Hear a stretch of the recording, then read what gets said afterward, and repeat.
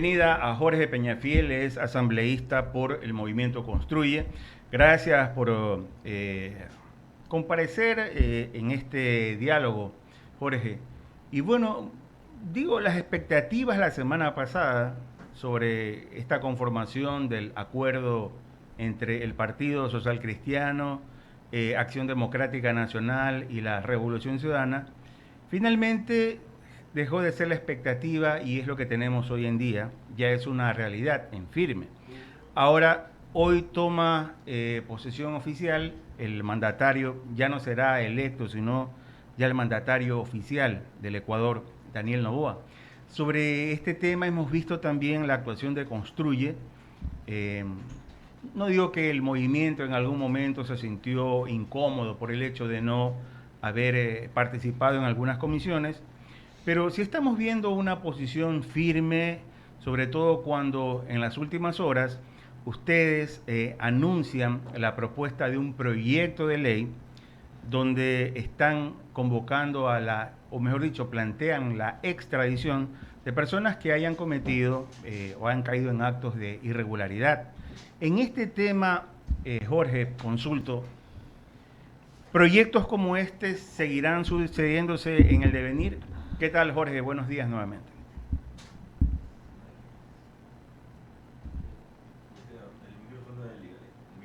El micrófono, Jorge. Jorge, su micrófono, por favor. ¿Ahí? Sí, disculpen, ya esto de la tecnología siempre a uno le tiene No te complicado. preocupes. Ok, te escuchamos, adelante. Bueno, te decía que, bueno, en primera instancia un saludo a ustedes, un saludo a la gente en cabina, a la audiencia en general. Creo yo que estamos ante una encrucijada en este momento democrática, estamos ante una necesidad urgente de darle soluciones al país, a la ciudadanía que efectivamente está esperando de la clase política una acción sensata, una acción positiva. Y debido a eso es que hemos presentado esta iniciativa. Definitivamente es una iniciativa no de ley, no de reforma de ley, sino de enmienda constitucional, de acuerdo al artículo 441, numeral 2 de la Constitución, en donde se le permite a la Asamblea Nacional hacer ciertos cambios a la Constitución sin necesidad de consulta popular. Correcto. Y eso es algo supremamente importante a mencionar, porque si bien hemos ya atravesado por una consulta popular a inicios de este año, en donde existía una pregunta similar a la que estamos planteando nosotros de enmienda, la Corte Constitucional nos ha dicho que ese cambio no necesariamente tiene que ir a una consulta popular, sino que puede ir a un cambio constitucional sin requerir ir a las urnas, lo cual nos facilita y nos aminora muchísimos costos al Estado ecuatoriano y en general a las finanzas públicas. Entonces, nuestra propuesta es una propuesta muy sensata, una propuesta positiva en el sentido de que queremos darle un respiro a la ciudadanía en relación a la inseguridad que tanto vive, que tanto padece diariamente. Esto necesariamente tiene que atravesar por un procedimiento que aproximadamente va a demorar un año, pero es una iniciativa que desde ya creemos necesaria impulsar y suficiente como para, en efecto, dar la batalla necesaria en contra de las bandas y las organizaciones criminales que operan en el Ecuador. Eso no es algo que tengamos nosotros como un capricho. Eso es algo que el país lo requiere. El país requiere seguridad, el país requiere atacar donde le duele a las bandas, a las organizaciones criminales. Y esa es un poco nuestra intención política en este momento y nuestra obligación como legisladores de la patria. Correcto. Jorge, hace un momento usted señaló, no es un capricho. Y lo entiendo así.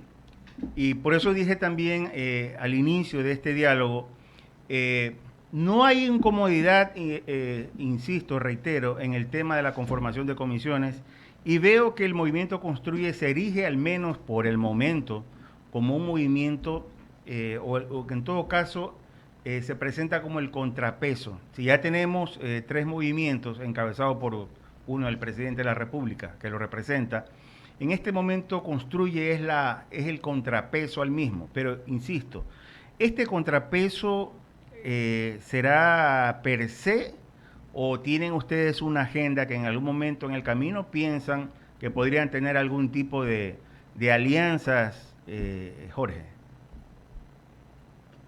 Es muy prudente, muy interesante tu pregunta. yo creo que en esta realidad política nosotros somos la acera de al frente, así es. Somos la acera de al frente de la impunidad. Somos la acera de al frente y somos ajenos a la agenda de desestabilización o de engaño y mentira que en efecto está del otro lado, representada por la organización política que más ha hecho de este país lo que quiere. Y creemos que nosotros somos la otra opción de democracia, de verdad y de desarrollo. Obviamente, el presidente Noboa en la Asamblea Nacional tiene una responsabilidad de colegislador en primera instancia y en segunda instancia de liderar las intenciones y las propuestas e iniciativas que él considere necesarias. Él es el mandatario de todos nosotros. Entonces, nuestra propuesta está sobre la mesa y le hemos dicho al presidente Noboa, nosotros no somos oposición del presidente Noboa, nosotros somos oposición a la delincuencia, nosotros somos oposición al crimen organizado, nosotros somos oposición al desempleo y eso sí lo vamos a mantener. Obviamente, cuando el presidente Noboa decidió armar una mayoría más pragmática, más simple de armar, en donde se tiene que hablar con pocos líderes para conseguirla, es una decisión particular, es una decisión operativa de la política propia de él, pero nosotros estamos seguros que en esa alianza no va a tener digamos, un desarrollo ni un objetivo de país. Allí lo que van a ver, sobre todo con el socio, uno de los socios más importantes, que es la Revolución Ciudadana, va a tener muchos desencantos. Entonces nosotros le hemos dicho, presidente, vaya, haga el intento, intente lo que usted desee, consiga sus objetivos en esa mayoría. Cuando lo traicionen, cuando le hagan daño, cuando le digan algo y le propongan algo y hagan otra cosa, regrese a mirarnos, porque nosotros vamos a estar aquí siempre esperando para que el país salga adelante y llegar a los acuerdos necesarios, cediendo lo que tengamos que ceder, siempre en pro de la ciudadanía, en pro de los objetivos nacionales. Correcto, muy claro, Jorge. Lo dejo con el abogado Ramiro Cepeda. Jorge, ¿cómo le va? Cuando Buenos estamos en el mismo país no hay acera de al frente. Cuando estamos en el mismo país y en una crisis como la que estamos, no hay acera del frente.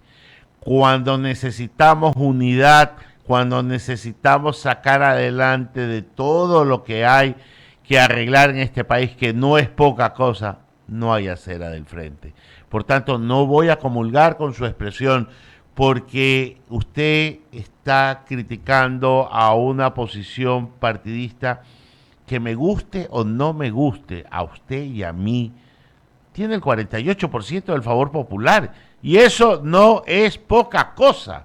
Ustedes tienen menos, y ustedes deben de reconocer en algún momento que el liderazgo estaba a cargo de nuestro amigo fallecido, y de transformarse en una convicción a la hora de la votación se transformó en una emoción.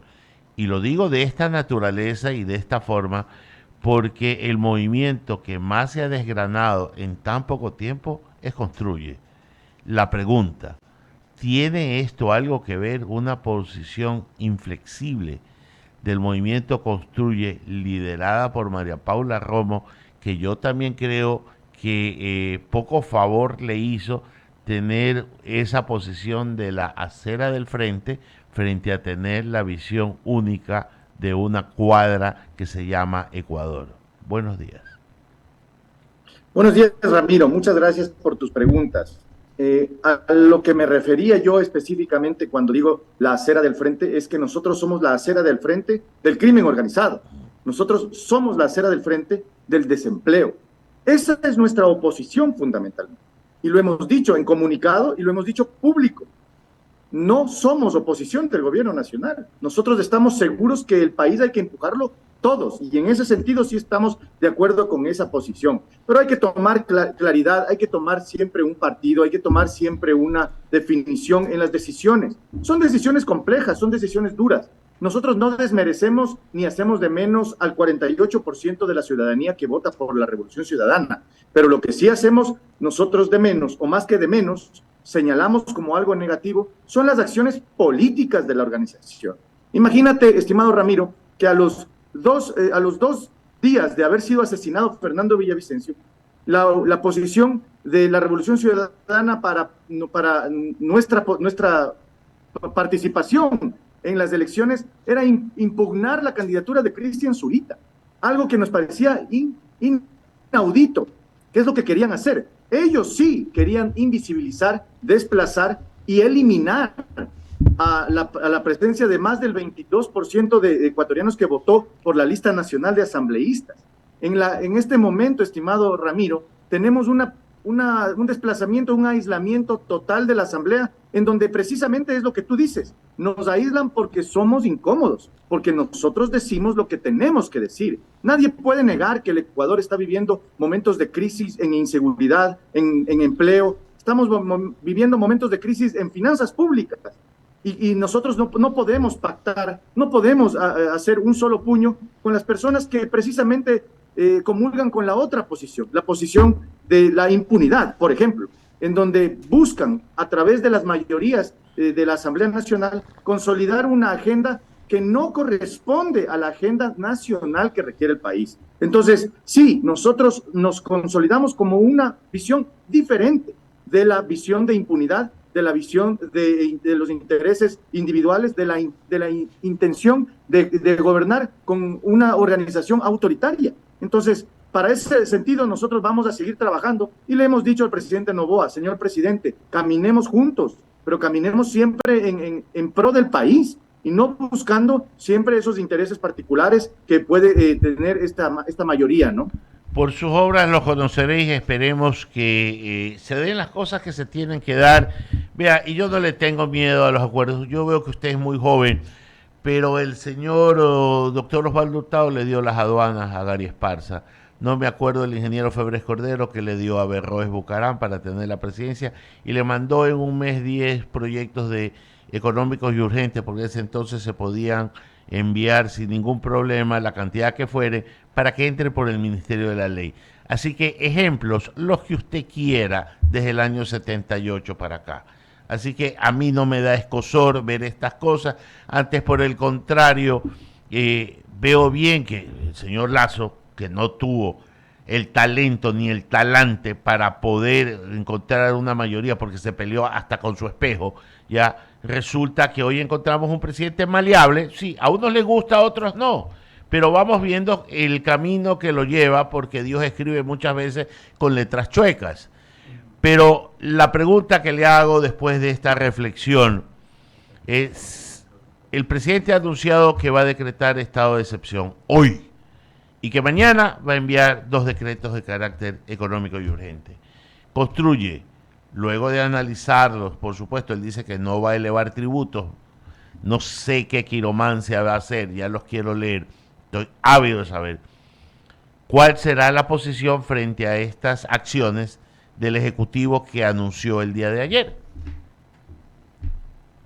Bueno, nosotros hemos dicho que como bancada, que como segunda fuerza política de la Asamblea Nacional, vamos a apoyar lo bueno y vamos a oponernos a lo malo. Hay que revisar, nosotros también estamos expectantes de saber qué es lo que viene en estas propuestas de normativa, sobre todo en materia tributaria, porque si bien para nosotros es importante darle viabilidad a las finanzas públicas, es necesario, sin dudarlo, pero también tenemos claro de que el ecuatoriano, la familia ecuatoriana, ya no tiene recursos suficientes para pagar la ineficiencia, la ineficacia y la negligencia de los gobiernos o de la clase política. Nosotros tenemos claro que eso es un elemento sustancial, es casi una línea roja.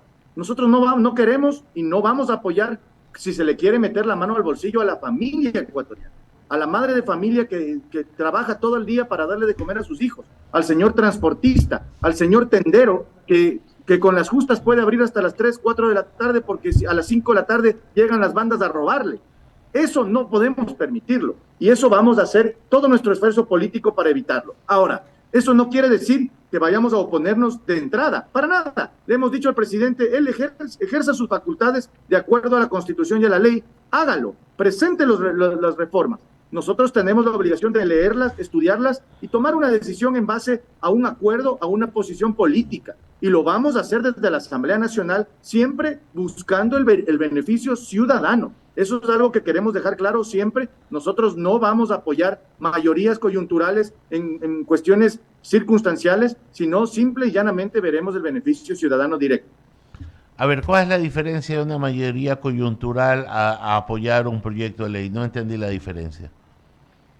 A ver, lo que se suscita en la Asamblea Nacional, en nuestra opinión, es que hay una mayoría ahora pegada con saliva. Es decir, está consolidada una mayoría para repartir los espacios de las autoridades de la Asamblea Nacional, más no para ejercer una agenda legislativa o de fiscalización conjunta.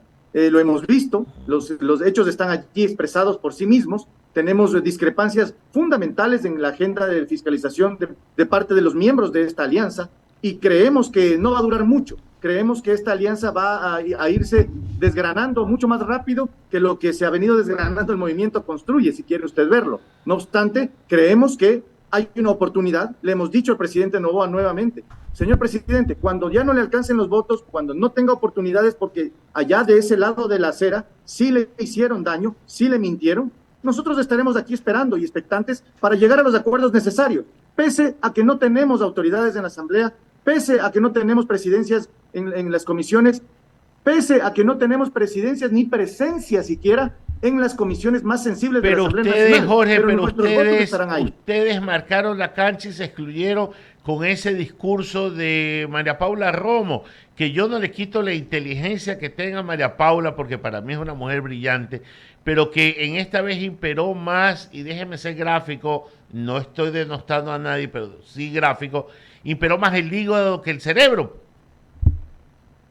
Perdóneme, estimado Ramiro, a nuestro candidato presidencial lo asesinaron.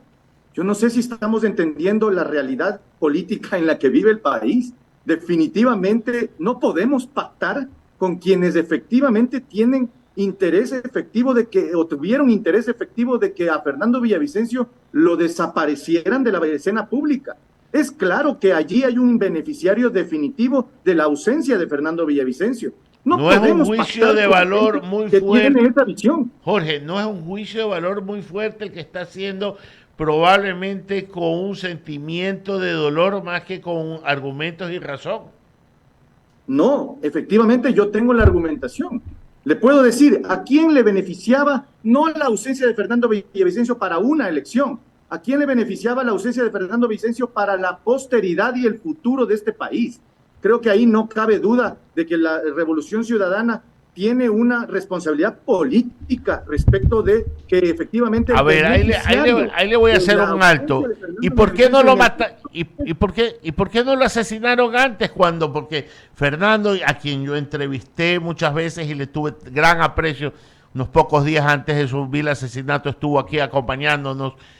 Y resulta que, ¿por qué no lo asesinaron antes si él fue una piedra en el zapato para mucha gente y para ese movimiento que usted dice?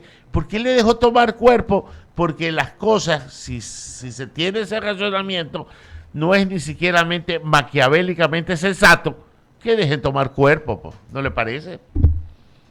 A ver, yo no le podría responder por qué no lo hicieron, por qué tuvo el desenlace que tuvo en este momento y en estas condiciones, porque no lo sé. Eso habría que preguntarlo precisamente. Lo otro tampoco lo sabe, lo está deduciendo.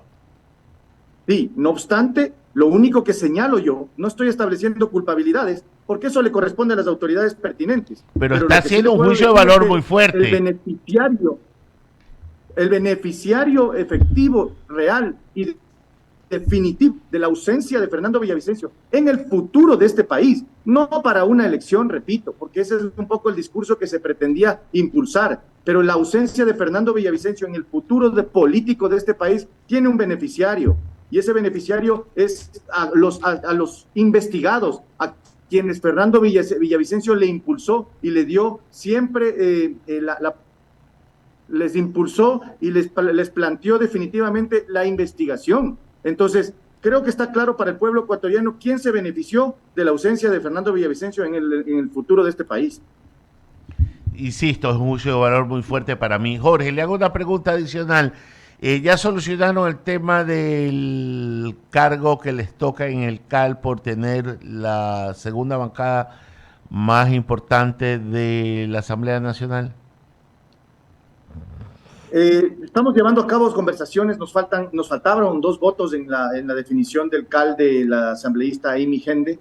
Nosotros creemos y tenemos seguridad de que en estos próximos días lograremos consolidar nuestra presencia en el CAL. Hay que ver también y la consolidación de esta nueva bancada que se estaría conformando, que sería la quinta bancada, que es parte también de una estrategia política de la otra acera, estimado Ramiro.